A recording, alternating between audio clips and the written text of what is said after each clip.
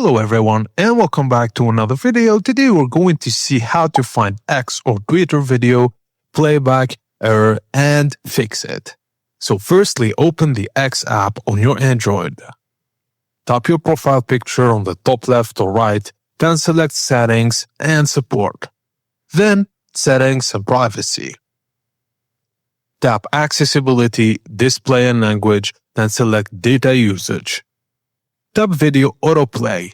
Choose one option, on cellular or Wi-Fi, best for smooth playback, or on Wi-Fi only, which saves mobile data.